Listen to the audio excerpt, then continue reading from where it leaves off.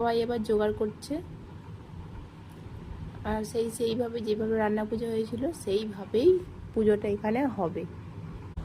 দেখতে কতটা মালপোয়ার মতো লাগছে না? হবে সরু পিঠে। তার জন্য মা এইভাবে এটাকে সুন্দরভাবে বেটে নিল, হয়ে গেছে। আর এবার হবে পাটিসাপটা পিঠে। অর্থাৎ দেখুন, আমি যেইভাবে পিঠেগুলো করি মাও কিন্তু সেভাবেই করছে। নমস্কার, কেমন আছেন সবাই? আশা করি সবাই ভালো আছেন, আর আমরাও ভালো আছি। তো আমি তো এখনও রয়েছি বাপের বাড়িতে, আর আজকে হচ্ছে বাড়িতে পুজো। যেমন রান্না পুজো হয়েছিল, এটা হচ্ছে তেমন পিঠে পুজো, অর্থাৎ যে মনসা পুজো হয় সেই মনসা পুজো। তার জন্যই তোড়জোড় চলছে। মা এখানে বাটছে চাল, অর্থাৎ মিক্সচারে চালটাকে বেটে নিচ্ছে। কী কী দিতে হয় সেটা দেখুন।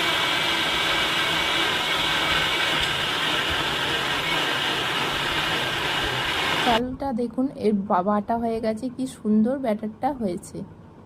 এটা হবে সরু পিঠে। তার জন্য মা এইভাবে এটাকে সুন্দরভাবে বেটে নিল।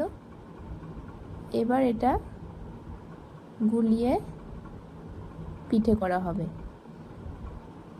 এখানে গোলনা তৈরি হয়ে গেছে। এবার এখানে সরু পিঠে করার জন্য ননস্টিকের তাওয়ায় দেওয়া হচ্ছে।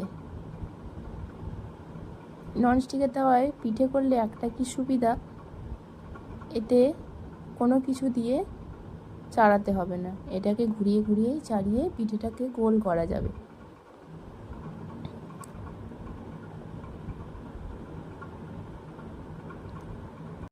এই দেখুন কত সুন্দর সুন্দর সরু চাকলি পিঠে হচ্ছে। তো এরপরে আবারও একটা দিয়ে দেওয়া হচ্ছে। আর এইখানে পিঠেটা করছে বৌদি। তো প্রথমে মা কটা করলো, তারপর বৌদি করছে। তো মা আর বৌদি মিলে দুজনে মিলেই পিঠেগুলো হচ্ছে। আর আজকে সারাদিন ভাজা পিঠেই হবে। গ্রামে এইসব পুজোর রীতিনীতিগুলো রয়েছে। তো আপনাদের আর কার কার এইসব সমস্ত পুজো আছে অবশ্যই কিন্তু কমেন্ট করে জানাবেন। আর এবার দেখাবো, এটা মা করবে গুড় পিঠে, অর্থাৎ যেটাকে বলা হয় পোয়া পিঠে।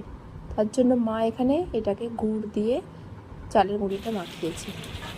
আর দেখুন কত সুন্দর সুন্দর পিঠেগুলো হচ্ছে। দেখতে কতটা মালপোয়ার মতো লাগছে না? কে কী খেতে পছন্দ করেন অবশ্যই কমেন্ট করে জানাবেন। আমারও তো খুব ভালো লাগে।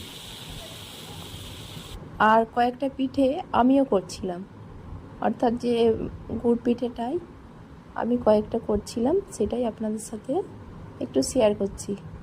এর আগে আমার মা করছিল, জাস্ট লাস্টের কয়েকটা আমি করছি। আমিও সব রকম পিঠে তৈরি করতে পারি।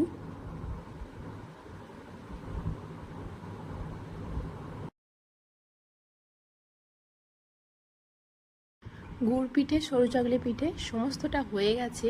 আর এবার হবে পাটিসাপটা পিঠে। অর্থাৎ দেখুন, আমি যেইভাবে পিঠেগুলো করি মাও কিন্তু সেভাবেই করছে। এখানে আগে রুটির মতোটা করে নিয়ে আর এখানে পুর দিয়ে মুড়ে নেওয়া হবে। এতে কি পিঠেগুলো খুব সুন্দরভাবে মোড়া হয়। আর তাওয়াতে দিয়ে মুড়লে কি হয়, অনেক সময় খুন্তি গেঁথে গিয়ে সেটা কেটে যায়। তো এইভাবে তো আমিও করি, আমার মাও করে। আর মা রুটিগুলো করে দিচ্ছে আর বৌদি মুড়ে দিচ্ছে, অর্থাৎ পিঠেগুলো খুব সুন্দর হচ্ছে। পাটিসাপটা পিঠে আমি মূলত এইভাবেই করি। আপনারা কে কীভাবে করেন অবশ্যই কমেন্ট করে জানাবেন। যদি ভালো লাগে থাকে অবশ্যই লাইক, কমেন্ট, শেয়ার করবেন। চ্যানেলে নতুন হয়ে থাকলে অবশ্যই চ্যানেলটি সাবস্ক্রাইব করে দেবেন। সব রকম পিঠে কমপ্লিট। দেখুন এখানে এই যে পাটিসাপটা পিঠেগুলো কত সুন্দরভাবে ভেজেছে। আর এইগুলো হচ্ছে গুড় পিঠে। এগুলো কিন্তু দেখতে খুব সুন্দর লাগছে, আর খেতেও খুব মিষ্টি হয়েছে। আর এই যে সরু চাকলি পিঠে, অর্থাৎ আজকে 3 রকম পিঠেই করেছে। আর এরপর ঠাকুরমশাই এসে গেছে পুজো করতে। সবাই এবার জোগাড় করছে। আর সেইভাবে যেভাবে রান্না পুজো হয়েছিল সেইভাবেই পুজোটা এখানে হবে। ওই যে যেটা দিল ওটা হচ্ছে গোবরের ডালা। গোবরের ডালা, তারপরে একটা মনসা পাতা নিয়ে দিয়ে দিল। দিয়ে এইভাবে পুজোটা হবে।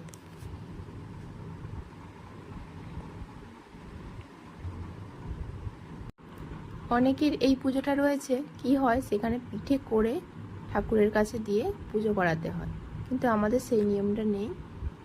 প্রথম থেকে দাদু ঠাকুমারা যেটা তুলে এসেছে সেটাই হচ্ছে। চলুন দেখা যাক পুজোটা কিভাবে হচ্ছে।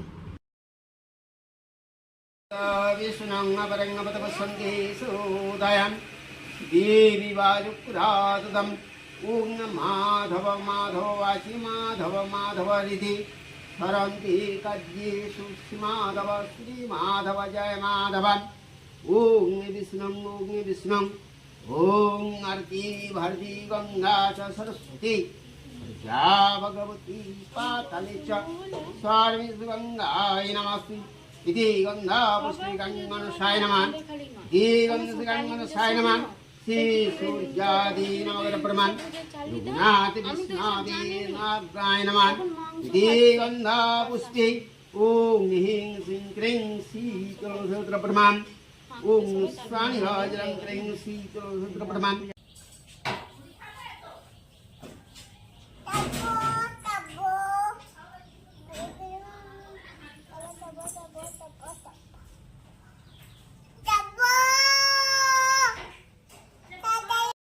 ভিডিও শেষে দেখিয়ে দিলাম আমাদের পুচকুটা কি করছে।